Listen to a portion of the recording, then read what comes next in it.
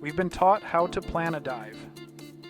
We account for things like when to turn the dive, when to call the dive, and what to do if something goes wrong on the dive. To most people, the amount of planning that goes into a dive is overkill. Why do we need all these plans and procedures to swim underwater? If diving has taught us anything, it's likely become very clear that if you want to add confusion, stress, and a little panic, just add water. It's all boring talk and math as we plan the dive.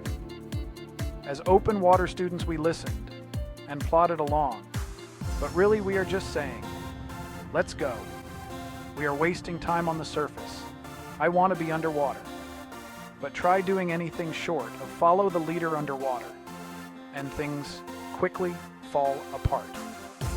We are told from the time we are young that we should have a plan to reach our goals. We should push for our goals. And there's no goal too high. There's nothing you can't do.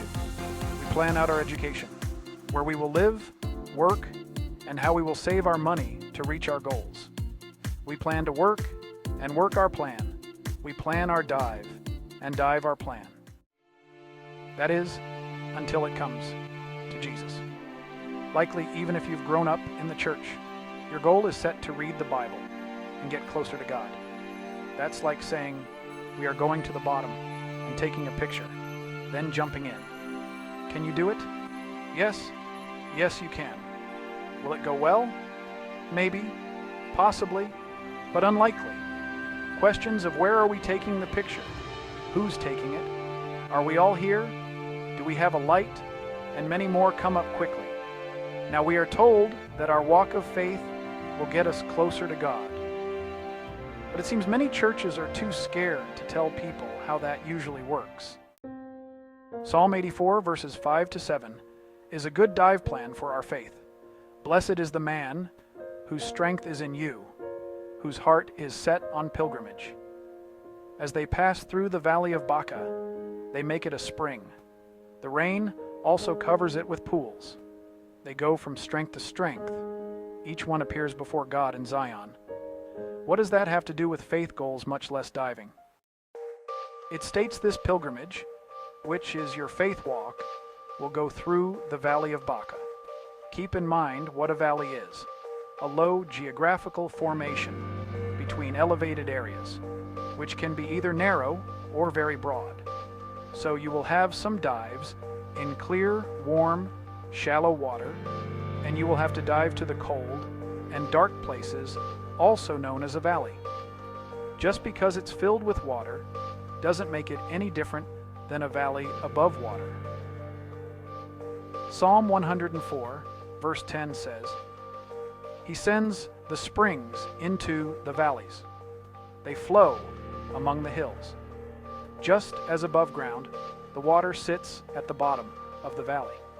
To stay alive, all living things must go to the bottom now and then and drink. That's where the life-giving water is found, at the bottom of the valley of Baca. Baca means mulberry tree, and in the Bible, the mulberry tree is a sign of weeping or struggle. In the Old Testament, David fought Goliath in a valley near a stream, taking up 5 smooth rocks. 5 is the number of grace, and it only took 1 shot of grace to knock down the giant, or struggle, of Israel. David had to come out of the valley, and Sunday school forgets that he cut off Goliath's head so he would never rise again. In 2 Samuel, chapter 5, verses 23 to 24, David is again facing the Philistines, and God tells him which way to attack from. The signal to start the attack is the sound of angels marching in the top of the mulberry trees. In the New Testament, Jesus tells us in Luke 17, verse 6, that if we have the faith of a mustard seed, we can say to the mulberry tree, move, and it would listen. It should be noted that the roots of a mulberry tree become a ball-like web underground. It's impossible to just pull it up by hand. You need something greater than you to move it. In closing, the struggles and deep times of life are there to train us, not to drain us. If we can handle the deep problems, the shallow ones become easier. The true heroes of our faith were in very deep water. Some floated on it, some walked on it, and some walked through it. But all of them were in deep and crashing water. If you are willing to fully submit to His will, the depth won't matter anymore. Because every time you find a new bottom, you will find Him as the spring of life, as your living water, who's already there. Thank you for watching. For full messages, please visit the Canton Covenant Group channel. God bless and dive safe.